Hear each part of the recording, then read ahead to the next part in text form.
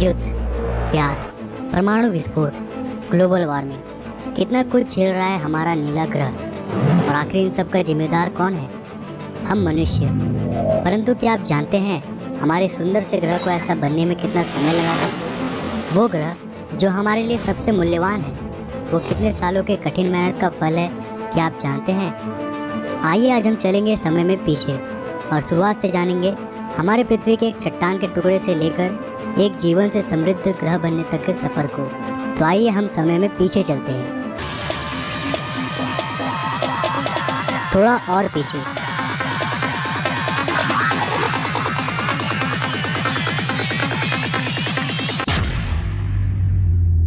आज से करीब 4.6 अरब साल पहले हमारा सौरमंडल और एक नया जन्मा तारा, जिसके चारों ओर धूल और चट्टान चक्कर काट रहे हैं।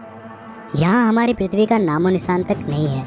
हम समय में कुछ ज़्यादा ही पीछे आ चुके हैं। अभी तक पृथ्वी के बनने की प्रक्रिया की शुरुआत नहीं हुई है, लेकिन इसकी नींव तैयार हो चुकी है।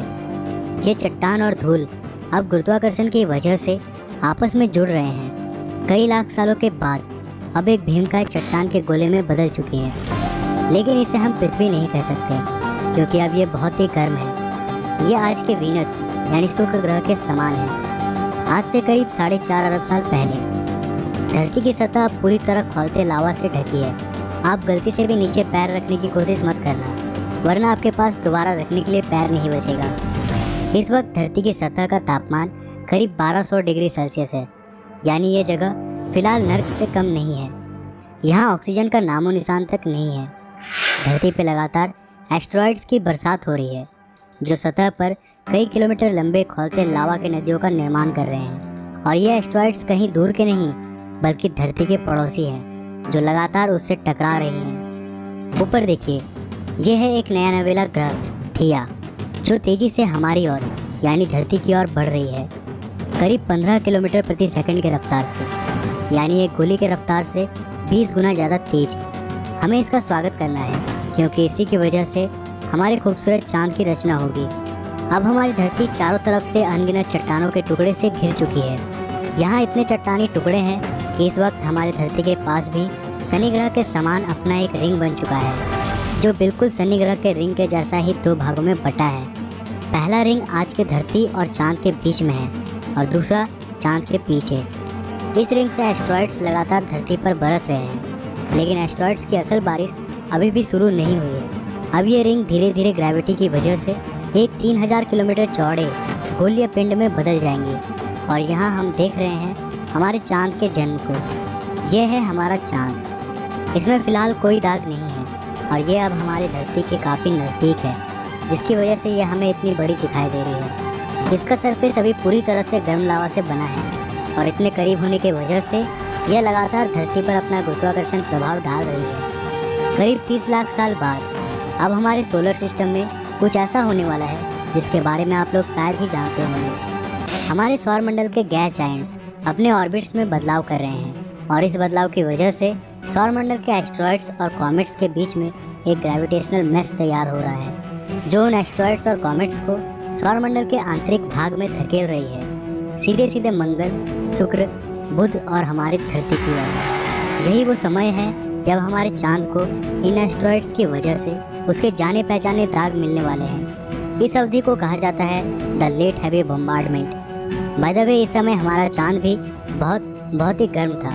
ये आसमान में एक बड़े लैंटर्न की तरह चमकता था और ये धरती के इतने करीब था कि इसका गुरुत्वाकर्षण हमारी धरती को आज की तुलना में 25 गुना ज़्यादा प्रभावित कर रहा था।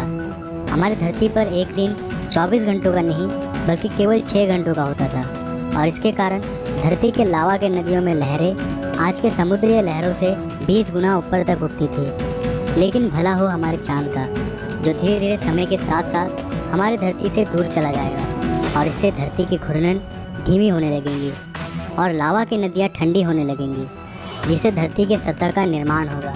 इस वक्त आसमान में ये भीमकाय चमकीला चांद ही एकमात्र चीज़ नहीं है जो आपका ध्यान आकर्षित करेगा, बल्कि अब आपको 2 बहुत ही चमकीले तारे भी आसमान में देखने को मिलेंगे। लेकिन वे दोनों असल में तारे नहीं हैं, ये दोनों असल में ग्रह हैं, जुपिटर और सैटर्न।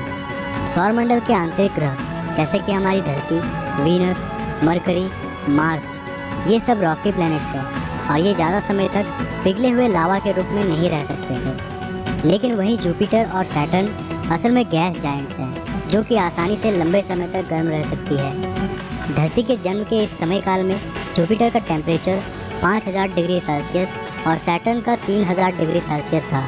इसका मतलब है कि जुपिटर उस वक्त हमारे सूरज से भी ज़्यादा चमकीला था। जैसा कि साइंटिस्ट कहते हैं कि तारे अपने जीवन के साथ साथ और चमकीले होते जाते हैं, तो उस समय हमारा सूरज आज से 30% कम चमकीला था। परंतु 4 अरब साल के लंबे अवधि में ये ग्रह भी धीरे धीरे ठंडी हो जाएंगे। आइए चलते हैं वापस हमारी धरती पर। धरती के वायुमंडल में फ़िलहाल केवल एक ही गैस है, मीथेन। आप गलती से भी इसमें सांस मत लेना, वरना कुछ मिनटों में ही आपकी मौत हो जाएगी। लेट हैवी बम्बार्डमेंट के दौरान धरती पर लगातार कॉमेट्स की भी बरसात हुई थी, जिन्होंने अपने साथ पानी का धरती में परिवहन किया। इस पानी ने धरती में समुद्रों का निर्माण किया। धरती अब चारों तरफ से समुद्र से घिरी हुई थी, लेकिन यहाँ ना तो पैर रखने के लिए ज़मीन था और ना ही सांस लेने के लिए ऑक्सीजन। हमारी धरती अभी कुछ हद तक पृथ्वी कहने लायक बन चुकी है, लेकिन अभी भी इसमें जीवन का बीज नहीं पनपा है। आखिर इसके बाद क्या हुआ था और धरती पर जीवन की शुरुआत कैसे हुई थी? इस पूरे कहानी को जानने के लिए आप इस सीरीज़ के एपिसोड 1 और एपिसोड 2 को ज़रूर देखिए। ये दोनों एपिसोड्स ऑलरेडी चैनल पे हैं। वीडियोस के लिंक्स आपको डिस्क्रिप्शन में और ऊपर आई के बटन पे मिल जाएंगे। तो आज के लिए बस इतना ही। अगर आपको ये वीडियो पसंद आया तो इसे लाइक करें और अपने फ्रेंड्स और फैमिली के साथ